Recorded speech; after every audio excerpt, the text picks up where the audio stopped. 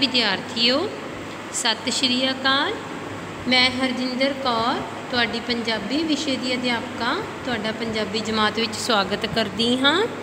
प्यारे विद्यार्थियों, अज असी तुहाडी वार्तक भाग विचों प्रार्थना वार्तक दा बाकी रहिंदा भाग करांगे। हाँ जी बेटा, देखो कहंदे इस दिन तो कुछ दिन मगरों आप पिछे पढ़ चुके सी कि जिहड़ा रोहतास विखे एक मतलब कैदी सीगा जिसने मतलब परमात्मा के नाम नाल जुड़ के अपने आप को काफ़ी बदल लिया सी, जिहड़ा नित गालां कढ़दा रहिंदा सी। अज वो सारियां दे नाल बड़ी निमरता दे नाल पेश आ रहा सी। इस घटना तो कुछ दिन बाद महाराजा रणजीत सिंह ने रोहतास आ डेरे लाए। भाव रोहतास की जिहड़ा किला सी उहदे विच ही उस कैदी नूं कैद किया गया सी ते महाराजा रणजीत सिंह भी कित्थे आ गए, रोहतास दे विच आके डेरे ला लए, भाव रहना शुरू कर दिता। उस रात आप ढिले हो गए। महाराजा रणजीत सिंह जी उस दिन ढिले हो गए, ठीक है, भाव वो ठीक नहीं सन। दवावां दरमलां सब अफल गईयां, भाव जिन्नियां भी दवावां ला कीतियां, ठीक है, दरमलां भाव जिहड़ियां उन्होंने मतलब जो भी दवाइयां दित्तियां गईयां वो सारियां अफल नहीं आना, इत्थे असफल शब्द आना, असफल रह गईयां। जद अद्धी रात तक महाराजा रणजीत सिंह नूं नींद ना आई तां अकाल पुरख अगे बेनती की। महाराजा रणजीत सिंह नूं जदों रात भर नींद नहीं सी आ रही तो उन्होंने उस प्रभु परमात्मा अगे अरदास की, हे परमात्मा मैनू नींद बख्श। देखो महाराजा रणजीत सिंह जी ठीक नहीं सन तो इस करके उन्होंने बेचैनी घबराहट हो रही सी ते तबीयत ठीक ना होने करके उन्होंने नींद नहीं सी आ रही तो उन्होंने उस प्रभु परमात्मा अगे अरदास की कि मैनू नींद बख्श। झट अख लग गई, कहते छेती ही महाराजा रणजीत सिंह नूं नींद आ गई तो सवेरे राजी खुशी उठे, भाव सवेरे बिल्कुल ठीक ठाक तंदुरुस्त होके उठे। वजीर ध्यान सिंह सदा के बोले तो महाराजा रणजीत सिंह ने की किया, अपने वजीर जिसका नाम की सी ध्यान सिंह, उन्होंने बुलाया तो कहा, राजा जी वाहेगुरु ने मेरी बेनती सुनी कि उस प्रभु परमात्मा ने मेरी अरदास सुनी जिहड़ी उन्होंने नींद ना आने ते उन्होंने की सीगी। कहते बाबा भी परमात्मा ने मैनू आराम बख्शिया, मैं अज उस सिरजनहार दे धन्नवाद विच। महाराजा रणजीत सिंह ने अपने जिहड़े वजीर सन ध्यान सिंह उन्होंने कहा कि अज मैं उस परमात्मा दे धन्नवाद करन लई चाहुंदा हाँ कि एक भारे कैदी नूं, भाव जिहड़ा एक वड्डा अपराधी है उन्होंने कैद तो छुटकारा दें। राजा बोलिया सच्चे पातशाह इस किले विच एक धाड़वी सरदार कैद है। महाराजा रणजीत सिंह ने उस प्रभु परमात्मा की अरदास की कि एक धाड़वी सरदार कैद है, उसकी कैद भी बड़ी करड़ी है, भाव उसनूं बड़ी सख्त सज़ा मिली हुई है। आप दी मेहर दे जोग इस वेले ओहो ही है, भाव महाराजा रणजीत सिंह जी ने की किया कि परमात्मा हे प्रभु परमात्मा तुहाडी मेहर दे सदका, मेहर दा जिहड़ा फल है, मेहर दी जिहड़ी बख्शिश होनी है उस दे जोग वो कैदी है। महाराज का हुक्म हो गया, झट कैदी नूं छुटकारे की खुशखबरी सुनाई गई। छुटकारे की भाव उस कैदी नूं छुटकारे की कि तेनों रिहा किया जा रहा है यह खुशी सुनाई और महाराज ने महाराजे के अगे पेश किया गया। फिर उस कैदी नूं जिहड़ा वो कैदी मतलब जिहड़ा वो कैदी सरदार सीगा, ठीक है, भाव उन्होंने सज़ा दी गई सी, ठीक है ना, तो उन्होंने महाराजा रणजीत सिंह के सामने पेश किया गया। आपने हस के पूछा, महाराजा रणजीत सिंह जी ने हस के उन्होंने पूछा, क्यों भाई हजे सीधा होया है कि नहीं, कि तू सीधा हो गया है कि नहीं, भाव तू हुण बदल चुका है कि नहीं। तो कहते इस उत्तर विच उसने कैद खाने का सारा समाचार सुना दिता कि कैद खाने के विच उसदे नाल की कुछ वापरिया। महाराजा रणजीत सिंह नूं कहा, उन्होंने उसने धाड़वी ने की कहा कि मैं आपकी किरपा नाल धाड़वी तो सरदार बनिया ते आप दी कैद विच सच्चे पिता परमेश्वर दे प्रेम तो जाणू होया। ਉਹਨੇ ਉਸ ਧਾੜਵੀ ਨੇ ਕੀ ਕਿਹਾ ਕਿ ਮੈਂ ਧਾੜਵੀ ਤੋਂ ਸਰਦਾਰ ਤੁਹਾਡੀ ਕਿਰਪਾ ਨਾਲ ਬਣਿਆ ਸੀ, ਪਰ ਆਪਣੀਆਂ ਗਲਤੀਆਂ ਦੇ ਕਾਰਨ ਕੈਦ ਦੇ ਵਿੱਚ ਮਤਲਬ ਕੈਦ ਹੋ ਗਈ, ਅਤੇ ਕੈਦ ਦੇ ਵਿੱਚ ਉਸਨੂੰ ਉਸ ਸੱਚੇ ਪ੍ਰਭੂ ਪਰਮਾਤਮਾ ਦੇ ਪ੍ਰੇਮ ਦਾ ਪਤਾ ਲੱਗਾ। ਭਾਵ ਉਸ ਦੀ ਲਿਵ ਕਿਸ ਦੇ ਨਾਲ ਲੱਗ ਗਈ? ਉਸ ਸੱਚੇ ਪ੍ਰਭੂ ਪਰਮਾਤਮਾ ਦੇ ਨਾਲ ਲੱਗ ਗਈ। ਕਹਿੰਦੇ ਹੁਣ ਮੈਨੂੰ ਸੱਚੀ ਖੁਸ਼ੀ ਪ੍ਰਾਪਤ ਹੈ, ਭਾਵ ਮੇਰੇ ਕੋਲ ਹੁਣ ਸੱਚੀ ਖੁਸ਼ੀ ਹੈ। ਮੈਂ ਉਸ ਪ੍ਰਭੂ ਪਰਮਾਤਮਾ ਦੇ ਨਾਮ ਨਾਲ ਜੁੜ ਚੁੱਕਾ ਹਾਂ। ਮੇਰਾ ਮਨ ਵਾਹਿਗੁਰੂ ਦੇ ਪ੍ਰੇਮ ਵਿੱਚ ਮਗਨ ਹੈ, ਭਾਵ ਮੇਰੀ ਲਿਵ ਕਿਸ ਨਾਲ ਲੱਗ ਚੁੱਕੀ ਹੈ? ਉਸ ਪ੍ਰਭੂ ਪਰਮਾਤਮਾ ਨਾਲ ਲੱਗ ਚੁੱਕੀ ਹੈ। ਇਸ ਕੈਦ ਤੋਂ ਹੀ ਉਸ ਦੀ ਬੇਅੰਤ ਦਇਆ ਅਤੇ ਦਇਆ ਨਾਲ ਖਲਾਸੀ ਹੋਈ ਹੈ। ਕਹਿੰਦੇ ਇਸ ਕੈਦ ਤੋਂ ਹੀ, ਜੇ ਉਹ ਕਹਿੰਦਾ ਕਿ ਮੈਂ ਕੈਦ ਨਾ ਹੁੰਦਾ ਤਾਂ ਸ਼ਾਇਦ ਮੈਨੂੰ ਉਸ ਪ੍ਰਭੂ ਪਰਮਾਤਮਾ ਦੇ ਨਾਮ ਤੋਂ ਮੈਂ ਅਣਜਾਣ ਰਹਿਣਾ ਸੀ, ਪਰ ਇਸ ਕੈਦ ਨਾਲ ਹੀ ਉਸ ਬੇਅੰਤ ਦਇਆ ਨਾਲ ਖਲਾਸੀ ਹੋਈ ਹੈ। ਭਾਵ ਉਸ ਮੇਰੀ ਜਿਹੜੀ ਮੁਕਤੀ ਹੈ ਉਹ ਕਿਸ ਦੇ ਨਾਲ ਹੋਈ ਹੈ? ਇਸ ਕੈਦ ਤੋਂ ਜਿਹੜਾ ਛੁਟਕਾਰਾ ਹੈ ਉਸ ਪ੍ਰਭੂ ਪਰਮਾਤਮਾ ਦੀ ਬੇਅੰਤ ਕਿਰਪਾ ਦੇ ਕਾਰਨ ਹੀ ਹੋਇਆ ਹੈ।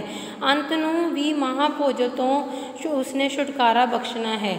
ਭਾਵ ਕਹਿੰਦੇ ਵੀ ਜਿਹੜਾ ਅੰਤ ਮੇਰਾ ਮਹਾਭੋਜਲ ਵੀ ਜਿਹੜਾ ਇਹ ਜੀਵਨ ਹੈ, ਜੀਵਨ ਮੋਹ ਮਾਇਆ ਦਾ ਜਿਹੜਾ ਜਾਲ ਹੈ ਉਹਦੇ ਤੋਂ ਵੀ ਕਿਸ ਨੇ ਬਖਸ਼ਣਾ ਹੈ? ਉਸ ਪ੍ਰਭੂ ਪਰਮਾਤਮਾ ਨੇ ਹੀ ਸਾਨੂੰ ਛੁਟਕਾਰਾ ਦੇਣਾ ਹੈ। ਹਾਂਜੀ, ਅੱਗੇ ਦੇਖੋ, ਮਹਾਰਾਜਾ ਇਹ ਗੱਲਾਂ ਸੁਣ ਕੇ ਵੱਡਾ ਪ੍ਰਸੰਨ ਹੋਇਆ। ਮਹਾਰਾਜਾ ਰਣਜੀਤ ਸਿੰਘ ਜੀ ਉਸ ਕੈਦੀ ਦੀਆਂ ਗੱਲਾਂ ਸੁਣ ਕੇ ਬੜੇ ਖੁਸ਼ ਹੋਏ ਅਤੇ ਉਸਨੇ ਫਿਰ ਸਰਦਾਰੀ ਦੇਣ ਲੱਗਾ, ਅਤੇ ਉਸਨੇ ਨੱਕ ਨਾ ਧਰਿਆ, ਭਾਵ ਉਸਨੇ ਸਰਦਾਰੀ ਲੈਣੀ ਪ੍ਰਵਾਨ ਨਾ ਕੀਤੀ। ਮਹਾਰਾਜਾ ਰਣਜੀਤ ਸਿੰਘ ਜੀ ਨੇ ਉਸਨੂੰ ਸਰਦਾਰੀ ਦੇਣੀ ਚਾਹੀ, ਭਾਵ ਆਪਣੇ ਮਤਲਬ ਕਹਿ ਨਹੀਂ ਦਿੰਦੇ ਵੀ ਉਹਦੇ ਵਿੱਚ ਮੁੱਖ ਸਰਦਾਰਾਂ ਦੇ ਵਿੱਚ ਉਸਨੂੰ ਗਿਣਨਾ ਚਾਹਿਆ, ਪਰ ਉਸਨੇ ਸਰਦਾਰੀ ਲੈਣੀ ਪ੍ਰਵਾਨ ਨਾ ਕੀਤੀ, ਸਰਦਾਰੀ ਲੈਣ ਤੋਂ ਨਾ ਕਰ ਦਿੱਤੀ। ਪਿਆਰੇ ਪਾਠਕੋ, ਰਤਾ ਸੋਚੋ। ਪਿਆਰੇ ਪਾਠਕੋ ਕੌਣ ਹੁੰਦੇ ਹਨ? ਜਿਹੜੇ ਪੜ੍ਹਨ ਵਾਲੇ ਹੁੰਦੇ ਹਨ। ਜਿਹੜੇ ਵਾਰਤਕਾਰ ਡਾਕਟਰ ਬਲਵੀਰ ਸਿੰਘ ਜੀ ਆ ਉਹ ਆਪਾਂ ਨੂੰ ਸੰਬੋਧਨ ਕਰਦੇ ਹੋਏ ਕਹਿ ਰਹੇ ਹਨ ਕਿ ਰਤਾ ਸੋਚੋ ਕਿ ਪਰਮੇਸ਼ਰ ਪੂਰ ਨਿਸ਼ਚਾ ਕਰਨ ਨਾ ਅਤੇ ਉਸ ਦੀ ਸੇਵਾ ਵਿੱਚ ਪ੍ਰਾਰਥਨਾ ਕਰਨੀ ਮਨ ਨੂੰ ਕਿੱਡੇ ਸ਼ਾਂਤੀਦਾਇਕ ਹਨ। ਭਾਵ ਉਸ ਪ੍ਰਭੂ ਪਰਮਾਤਮਾ ਦੀ ਸੇਵਾ ਕਰਨਾ ਅਤੇ ਉਸ ਦੇ ਅੱਗੇ ਅਰਦਾਸ ਕਰਨਾ ਇੱਕ ਬਹੁਤ ਹੀ ਸ਼ਾਂਤੀ ਭਰਪੂਰ ਫਲ ਹੈ। ਦੁੱਖ, ਸੰਕਟ, ਕਸ਼ਟ ਕੁਝ ਵੀ ਦੁਖਦਾਈ ਨਹੀਂ ਭਾਸਦੇ, ਭਾਵ ਮਹਿਸੂਸ ਹੁੰਦੇ ਸਾਨੂੰ ਜਦੋਂ ਅਸੀਂ ਉਸ ਪ੍ਰਭੂ ਪਰਮਾਤਮਾ ਦੇ ਅੱਗੇ ਅਰਦਾਸ ਕਰ ਲੈਂਦੇ ਹਾਂ। ਅਤੇ ਦੁੱਖ, ਸੰਕਟ, ਕਸ਼ਟ ਸਾਰੇ ਕੀ ਹਨ? ਸਾਡੇ ਲਈ ਸਾਨੂੰ ਮਹਿਸੂਸ ਹੀ ਨਹੀਂ ਹੁੰਦੇ, ਸਾਨੂੰ ਭਾਸਦੇ ਹੀ ਨਹੀਂ ਹੈਗੇ। ਕਦੀ ਕਿਸੇ ਮਨਮਤੀਏ ਜਿਹੜਾ ਆਪਣੀ ਮਰਜ਼ੀ ਨਾਲ ਕੰਮ ਕਰਨ ਵਾਲਾ ਹੁੰਦਾ ਆ, ਕਹਿੰਦੇ ਮਨਮਤੀਏ ਦੀ ਇਸ ਗੱਲ ਪਰ ਪਤੀਆ ਕਰੋ।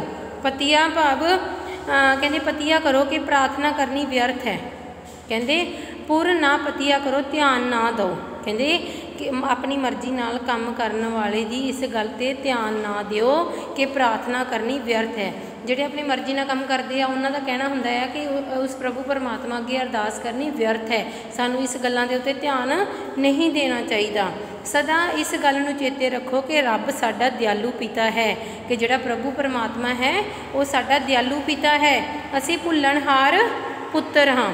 ਭਾਵ ਜਿਹੜਾ ਪ੍ਰਭੂ ਪਰਮਾਤਮਾ ਹੈ ਉਹ ਸਾਡਾ ਦਿਆਲੂ ਪਿਤਾ ਹੈ ਅਤੇ ਅਸੀਂ ਉਸ ਦੇ ਭੁੱਲਣਹਾਰ ਪੁੱਤਰ ਹਾਂ। ਭਾਵ ਜਿਹੜਾ ਪਰਮਾਤਮਾ ਹੈ ਉਹ ਸਾਡੀਆਂ ਸਾਰੀਆਂ ਭੁੱਲਾਂ ਨੂੰ ਬਖਸ਼ ਦਿੰਦਾ ਹੈ। ਅਸੀਂ ਹਮੇਸ਼ਾ ਗਲਤੀਆਂ ਕਰਦੇ ਹਾਂ ਅਤੇ ਸਾਡੀਆਂ ਗਲਤੀਆਂ ਨੂੰ ਮਾफ़ ਕੌਣ ਕਰਦਾ ਹੈ? ਉਹ ਪ੍ਰਭੂ ਪਰਮਾਤਮਾ।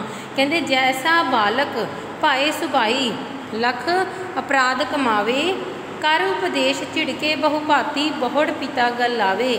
ਕਹਿੰਦੇ ਅਸੀਂ ਉਸ ਪ੍ਰਭੂ ਪਰਮਾਤਮਾ ਦੇ ਬਾਲਕ ਹਾਂ ਅਤੇ ਅਸੀਂ ਲੱਖਾਂ ਗਲਤੀਆਂ ਕਰਦੇ ਹਾਂ, ਲੱਖਾਂ ਅਪਰਾਧ ਕਮਾਉਂਦੇ ਹਾਂ।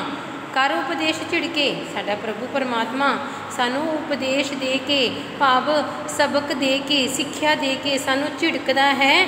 ਝਿੜਕ ਕੇ ਫਿਰ ਵੀ ਕੀ ਕਰਦਾ ਹੈ? ਸਾਨੂੰ ਆਪਣੇ ਗਲੇ ਨਾਲ ਲਗਾਉਂਦਾ ਹੈ।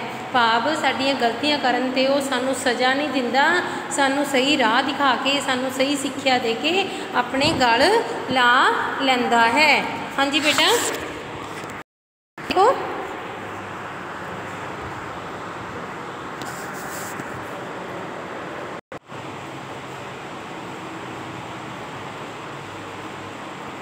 ਹਾਂਜੀ ਬੇਟਾ, ਪਰਮੇਸ਼ਰ ਸਾਡੇ ਨਾਲ ਪ੍ਰੇਮ ਕਰਦਾ ਹੈ ਔਰ ਉਸ ਨੂੰ ਪ੍ਰਾਪਤ ਕਰਨ ਦੀ ਕੁੰਜੀ ਵੀ ਉਸ ਨਾਲ ਪ੍ਰੇਮ ਕਰਨਾ ਹੈ। ਜਿਹੜਾ परमात्मा है वो सानू सारिਆਂ ਨੂੰ प्रेम करता है, भाव साडे नाल उसका मोह है। तो उसनू प्राप्त करना, उस प्रभु परमात्मा नू प्राप्त करन दी कुंजी भी की है, भाव उस प्रभु परमात्मा नू प्राप्त करन दा राह की है कि असी भी उस प्रभु परमात्मा दे नाल अपना लीव लाइए, मतलब मोह करिए। दसम गुरु जी का वाक है, 10वें पातशाही श्री गुरु गोबिंद सिंह जी का उचारिया होया वाक है, साच कहो सुन ले सबे, साचो कहो सुन ले सबे, जिन प्रेम किया तिन ही प्रभ पाया।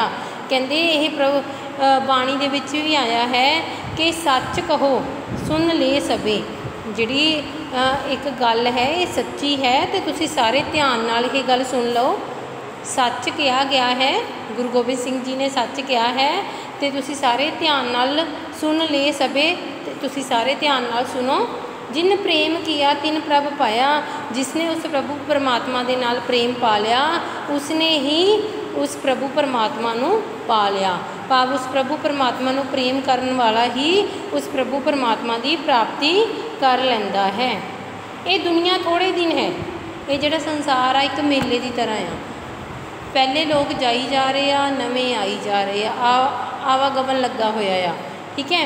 कहते अंत नूं परमेश्वर की दरगाह चलना है, किसी ने हमेशा इत्थे लिए नहीं बैठे रहना, अपनी उम्र भोग के कित्थे जाना है, उस प्रभु परमात्मा की दरगाह विच चले ही जाना है, जिथे भले बुरे कामां दा निस्तारा होना है, भाव हिसाब किताब होना है। कित्थे? उस प्रभु परमात्मा की परमेश्वर की दरगाह दे विच साडे चंगे माड़े कामां दा निस्तारा, भाव हिसाब किताब होना है, जां सदा की खुशी जां 84 लाख जूना का नरक। जे तो असीं सच्चे मन के नाल अपना यह मनुखा जीवन सफल बनावांगे, उस प्रभु परमात्मा के नाम नाल जुड़े रहांगे, तो सानू की है सदैव भी खुशी मिलेगी, सानू उस प्रभु परमात्मा के चरणों के विच थां मिलेगी। कहते नहीं तो की होएगा, 84 लाख जूना का नरक।